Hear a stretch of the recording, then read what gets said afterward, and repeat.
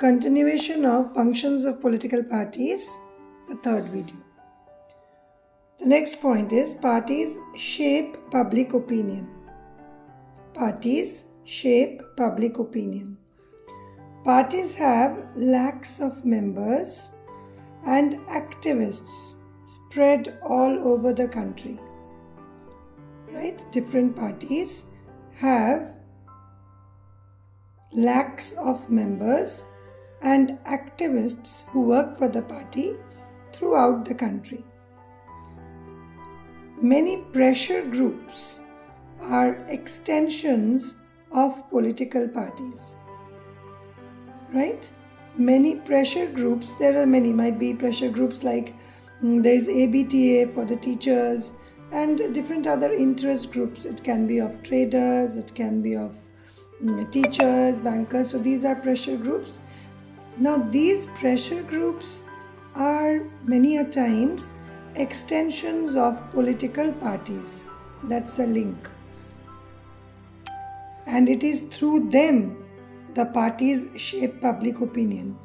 It is through the members, it is through the activists, it is through the pressure groups that the political party shape people's opinion. Parties launch movements. This is the second way. So the first way is through this, through lakhs of members, activists spread throughout the country, and also many pressure groups. Through these three, parties shape public opinion. The second one, parties launch movements for resolutions of problems faced by people. So this is many a times done by the opposition party and many other parties also. As such, parties launch movements. Why? Why do they launch movements? For solving the problems faced by people. Opinions crystallize on lines the party takes. For all these things, whatever opinions a party has taken, and those opinions only is transferred to the public through the members, activists, through pressure groups, then through movements, and then ultimately all those opinions crystallize on the lines the party takes. So this is one. The next one is parties also provide people access to two things. One, access to the machinery, government machinery. So the next one is, next function, political parties provide people access to government machinery. Government machinery in the sense any government, public offices, this has been referred. Right. Why? Two things. I am repeating. Political parties provide people access to, one is government machinery, two is welfare schemes implemented by the government.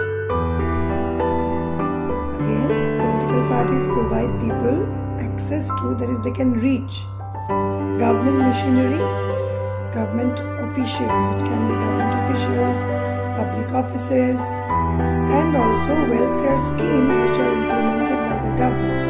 Now, why it is being so? How can parties become a bridge between the public and the government machinery? How can political parties become a bridge? Let's see.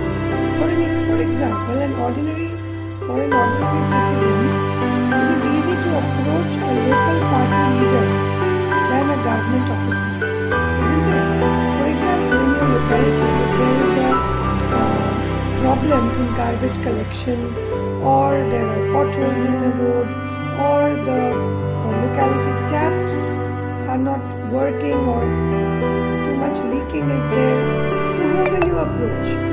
Instead of going directly to the municipal corporation, he will first go to the local party leader, right? Who is over there? Because that person is known to you. He will not go directly to the PWD or to the official who is responsible for all these things in the municipality. First and foremost, he will reach to your representatives or to a local party, leader who is nearby. He is known to you or she is known to you, because they are the ones who keep a direct contact with us, maybe before elections also, whatever. So we are close to them. So we feel close to the parties even if we do not trust them fully. I'm repeating. Political parties provide people access to two things. One is government machinery, two, welfare schemes which are implemented by the government. The government implements different schemes for the welfare of the people, right? So the political party actually acts as a bridge between the ordinary citizen and the government machinery, the government officials, right? Because we feel ourselves more close to a local party leader than a government officer. A government officer is not known to us, but a party leader is known to us. He is of our locality, we elect him or we know him. They feel close to the parties even if people do not trust them. So parties should be responsive to the people's needs. Because if these parties are responsive to the people's needs and help them in sorting out the problems, then what will happen? They will be secure of their vote in the next elections. Right? So this is it. Thank you, children.